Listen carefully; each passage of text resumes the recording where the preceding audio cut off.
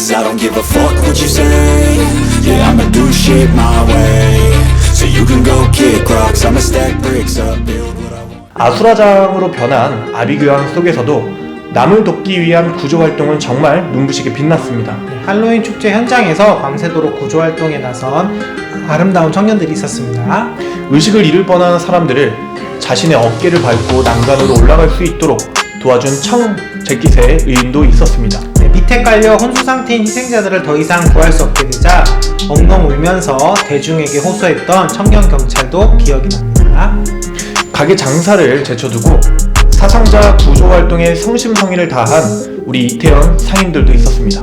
누군지도 모르지만 쓰러진 사람들을 심폐소생술로 순식했던 이름 없는 시민들도 있었습니다. 안녕하세요. 네, 유튜브 채널 청년에게 진행을 맡고 있는 정우혁입니다. 네, 청년회계걸 같이 운영하고 있는 정규준입니다. 네, 규준씨, 오늘은 세상 그리고 사회는 공정한가에 대해서 한번 좀 다뤄보도록 할까요? 네. 세상은 공정한가? 네, 이 사회는 공정합니까? 오늘은 공정사회에서 한번 말해보겠습니다. 공정을 논하기 전 우리 사회가 받아들이고 이해하는 기준부터 짚고 넘어가야 할 것 같네요. 네, 맞습니다. 공정이라 하면은 남녀 간의 젠더 갈등, 그리고 세대 갈등, 계층 갈등, 노사 갈등, 정규직과 비정규직, 사회 갈등을 먼저 이해해야 되겠네요. 네, 그래야 정확한 판단과 솔루션을 마련할 수 있지 않을까요? 맞습니다. 그렇다면 최근에 발생한 이태원 참사를 바라보는 청년들의 한번 기준부터 한번 보겠습니다. 네, 이태원 참사를 덮고 그냥 갈 수는 없겠죠?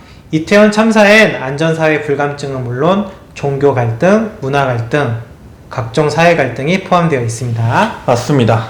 정말로 안타까운 사고였습니다. 그리고 이태원 참사를 바라보는 시각은 정말 한국 사회를 분열시켰습니다. 네, 맞습니다. 좌파 쪽에선 어떻게 하든 윤석열 정부 잘못으로 몰아가려고 했고요. 우파 쪽에선 개인의 잘못으로 이를 돌렸습니다. 맞죠. 규진 씨는 어떻게 생각하세요? 윤석열 정부의 잘못인가요? 아니면 개인의 잘못인가요? 네, 저는 개인적으로 말씀드리자면 개인 잘못이 크다고 생각합니다. 당연히 정부 잘못도 있지만 완전히 윤석열 정부 잘못으로 몰아가는 여론몰이는 너무 정치적이라고 생각합니다. 우혁 씨는 어떻게 생각하세요? 저는 정부 51%대 그리고 개인 한 49%라고 생각합니다. 정부가 조금은 더 관심을 주었으면 어땠을까라는 좀 아쉬움이 좀 남고요. 네. 사실 할로윈데이는요, 어제 오늘 일이 아니라 젊은이들에게는 정말 가장 큰 축제였습니다. 네, 그렇죠. 그 중심에 이태원이 있고요. 이태원에서도 해밀턴 호텔 앞뒤 옆 골목, 이게 중심이 됩니다. 네, 맞습니다. 그리고 코로나가 한참이었을 때 2021년 할로윈데이 때도 약 8만 명 이상의 군중들이 모였고요. 2022년 사고 당일에는요 10만 명 이상이 모였다고 했습니다. 네, 그리고 가장 중요한 게 안전인데 안전을 책임질 경찰 병력 배치 문제로 서로 전혀 다른 주장을 하고 있습니다. 서울경찰청은 이태원 할로윈 축제에 경찰 병력을 2017년엔 90명, 2018년 37명, 2019년엔 39명, 2020년엔 38명, 2021년엔 85명을 배치했는데 윤석열 정부는 첫해 137명을 배치했다고 합니다. 그래요.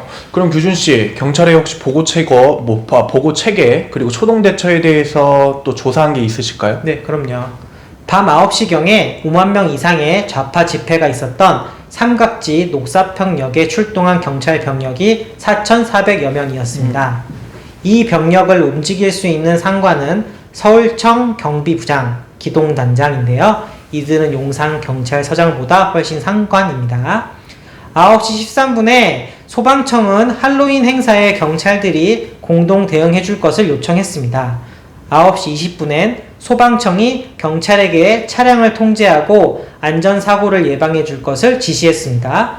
11시 5분에 구급차를 추가 지원해 줄 것을 요청했고요. 11시 10분엔 경찰이 이태원 역장에게 지하철 무정차 요청을 하였습니다. 새벽 0시 20분엔 기동대에 중대병력 지원을 요청했고요. 새벽 0시 25분엔 서울경찰청장이 현장에 도착했습니다. 새벽 2시 30분에 경찰청장 주재회의가 열렸는데요. 이땐 이미 사망자가 100명이 넘은 시간이었습니다. 당시 112와 119 상황이 따로따로였는데요. 사태 파악이 이처럼 제각각인 이유는 세월호 참사 이후 국가재난망을 통해 모든 긴급번호를 미국의 911처럼 통합하려고 시도했으나 이에 실패했기 때문입니다. 야, 정말 대단하네요. 그럼 또, 네, 더 있을까요? 이태원 참사가 발생한 토요일 낮 12시부터 광화문과 시청 대로변엔 집회 시위가 경쟁적으로 열렸는데요. 정강훈 목사가 주도하는 자유통일당 1만 5천여 명이 동아면세점 앞에서 대규모 집회를 열었고, 민주노총과 한국노총, 양대노총 2만여 명이 코리아나호텔부터 덕수궁 대한문 앞까지 인산이례를 이뤘다고 합니다. 촛불 전환 행동, 대깨문과 개딸 양아들 수만 명이 청계천 입구에서 시청 앞 대로변 4차선을 점거하고 윤석열 퇴진과 김건희 특검을 외치며 오후 4시부터 밤 7시까지 집회는 계속됐습니다. 그리고 오후 7시부터 수만 명의 시위자들이 대통령실이 있는 삼각지역까지 행진하며 구호를 외쳤고요. 이날 집회 현장에 출동한 경찰 병력이 교통경찰 240명과 서울경찰청 기동대 30개, 종로, 남대문, 용산경찰서 경찰병력, 세계경찰병력 80개 부대가 총 출동했다고 합니다. 그렇다면요, 당일 낮부터 집회 통제 그리고 충돌 방지를 위해 가지고 상당수의 이제 경찰 병력들이 이제 투입되었던 거네요. 네, 그쪽에 투입되어 있었던 거죠. 네, 그러면 다시 본론으로 돌아가 가지고 이태원 거리에 투입된 경찰 병력 이야기를 한번 해보면 좋을 것 같습니다. 네. 제가 알아본 바로는 아까 말씀하셨던 경찰 137명 인원들 중에 성폭행과 그 마약에 50명이 배치됐다고 합니다. 막상 교통에는 25명, 그리고 질서 안전에는 32명이 투입돼가지고 그 작년 85명보다는 그 수가 적은 거라고 일각에서 계속 비난하고 있습니다. 네, 맞습니다. 경찰 병력 문제는 더불어 반드시 짚고 넘어가야 할 점이 이제 두 가지가 있습니다. 첫 번째는 이제 마약 문제고요. 우리나라는 이제 최근까지 마약 청정국으로 이제 위상이 좀 컸습니다. 마약 청정국이요? 네. 그 유엔에서는 인구 5천만 명당 마약 사범이 1만 명 이하면 마약 청정국으로 인정을 해줍니다. 근데 우리 생각과는 좀 다르게요. 우리나라는 이미 2016년에 마약 청정국 지위를 잃었습니다. 그래요? 네, 진짜 정말 놀라운 건요. 우리나라가 마약 중독자 지금 100만 명에 육박한다는 겁니다. 더 심각한 건요. 청소년 마약 사범이 이제 기하급수적으로 증가한다는 점이고요.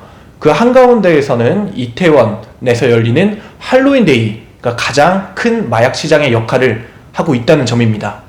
두 번째는요, 이제 많은 사람들이 모이는 집회의 이제 특성입니다.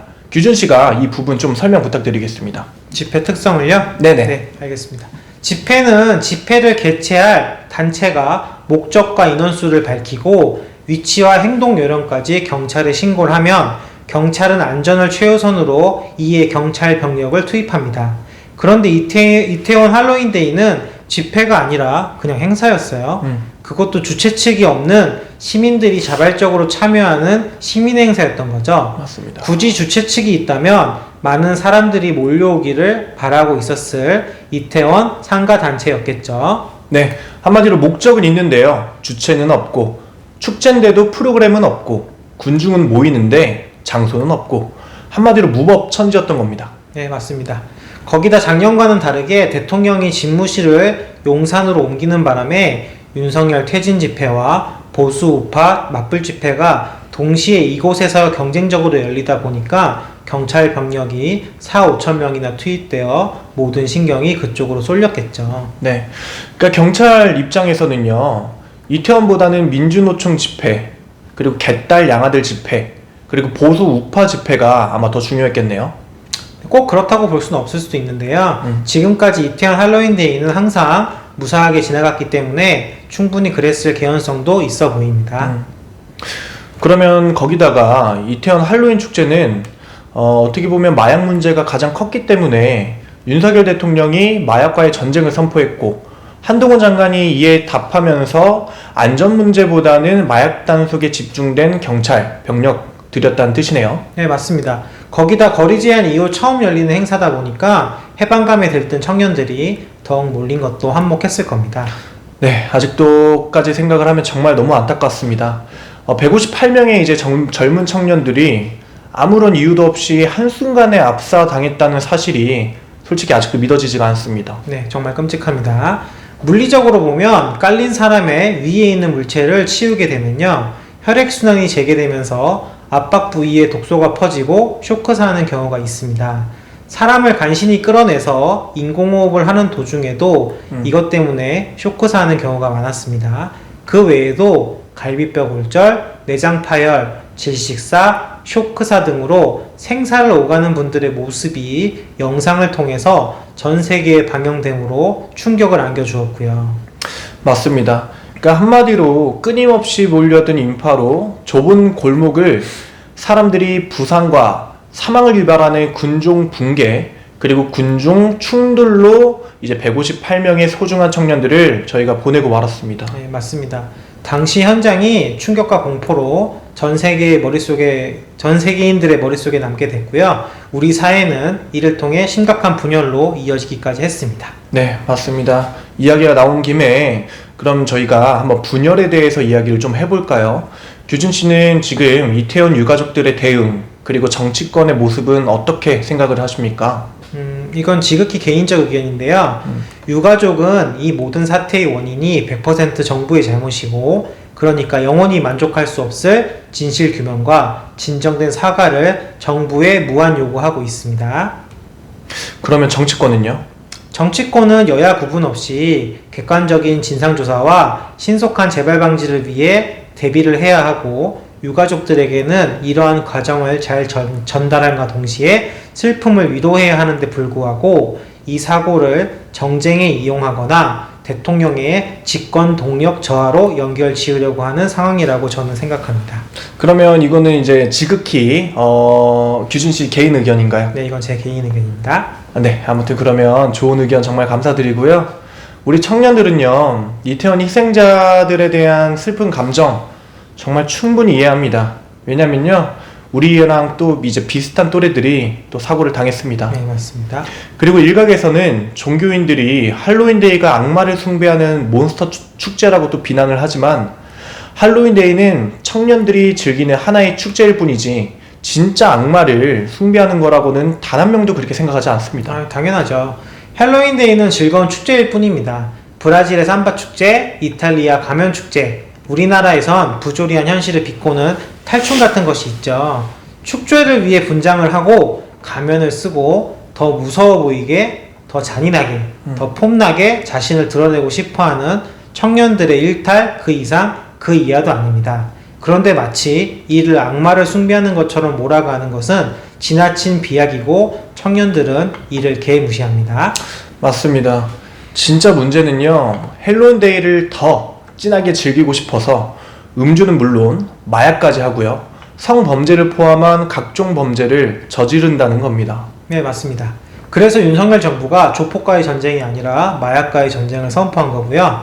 국내 조폭은 물론 국제 마피아가 모두 연결된 글로벌 범죄 커넥션의 핵심이 바로 이 마약입니다. 네, 맞습니다. 그 대표적인 사건이 2018년에 벌어진 버닝썬 사건이었습니다. 그때는 이제 북한, 필로폰, 그리고 강간 마약이라고 불리는 물뽕이 엄청 확산되었는데요. GHB요? 네, 맞습니다. 더 큰 문제는 경찰 권력과 그리고 정치 권력, 그리고 유명 아이돌을 주축으로 한 연예계의 유착이었습니다. 또한 버닝썬 사건을 대중에 알린 김상교 감독이 버닝썬 재판 1심에서 집행유예 2년을 받고 아직 그 과정을 겪고 있습니다. 김상교 감독님은 저와 또 인연이 있는 분이라 제가 잘 아는데, 그 당시 버닝썬 사건의 안에서 일어난 마약과 성범죄 사건들을 가장 잘 알고 계시는 분이십니다. 네, 오랜만에 듣는 버닝썬 사건이네요. 참 중요한 얘기네요. 네. 우혁 씨가 김상교 감독님을 잘 아신다고 하니까 감독님을 게스트로 한번 초대해 주시면 어떨까요? 너무 정말 좋은 아이디어입니다. 김상교 감독님이요, 버닝썬 사건을 이제 마약 사건으로 거론했다라는 이유로 지금 18년도부터 지금까지 뭐 살해 협박, 그 카톡이나 페북, 이메일 테러까지 정말 수많은 위험에 노출됐기 때문에 정말 기회가 된다면 김상규 감독님을 게스트로 초대해서 우리나라 청소년 그리고 청년들에게 마약의 위험성과 그 당시 버닝썬의 상황들을 말씀해달라고 제가 꼭 요청드리겠습니다. 좀 부탁드리겠습니다. 네, 저희가 이태원 이야기를 하다 보니까 여러 가지 이야기로 이제 범위가 너무 넓혀졌습니다. 하지만 이런 부분들 매우 중요한 요소라고 생각을 하니까 반드시 저희 청년의 격에서 차후에 이 주제를 가지고 다뤄보도록 하겠습니다. 네. 다시 이태원 할로윈 참사 사건 이야기로 돌아와서 아수라장으로 변한 아비규환 속에서도 남을 돕기 위한 구조활동은 정말 눈부시게 빛났습니다. 네, 할로윈 축제 현장에서 밤새도록 구조활동에 나선 아름다운 청년들이 있었습니다. 의식을 잃을 뻔한 사람들을 자신의 어깨를 밟고 난간으로 올라갈 수 있도록 도와준 청재킷의 의인도 있었습니다. 네, 밑에 깔려 혼수 상태인 희생자들을 더 이상 구할 수 없게 되자 엉엉 울면서 대중에게 호소했던 청년 경찰도 기억이 납니다. 가게 장사를 제쳐두고 사상자 구조 활동에 성심성의를 다한 우리 이태원 상인들도 있었습니다. 누군지도 모르지만 쓰러진 사람들을 심폐소생술로 순식시켰던 이름 없는 시민들도 있었습니다. 네, 우리는 미래로 나아가야 합니다. 어떠한 역경에 부딪히더라도 정말 당당하게 나아가야 합니다. 네, 윤석열 정부는 국가애도 기간을 연장해서라도 이태원 참사 희생자들의 넋을 충분히 위로해야 합니다. 네, 깊은 상처를 치유하고요. 증오로 갈라진 수많은 국민들을 위해 그 국가는 정말 무한한 책임을 가져야 합니다. 네, 그것이야말로 아름다운 자유 대한민국을 지키는 길이 될 것입니다. 지금까지 이태원 참사는 우리 사회에 무엇을 남겼나? 라는 유튜브 청년의 격이었습니다. 네, 아름다운 자유 대한민국을 위해 청년이 행동한다. 청년의 눈으로, 청년의 가슴으로, 청년의 목소리로, 청년의 용기로 세상을 바꾸는 청년의 격을 마치겠습니다. 앵커 정우혁, 앵커 정규준이었습니다. 청격!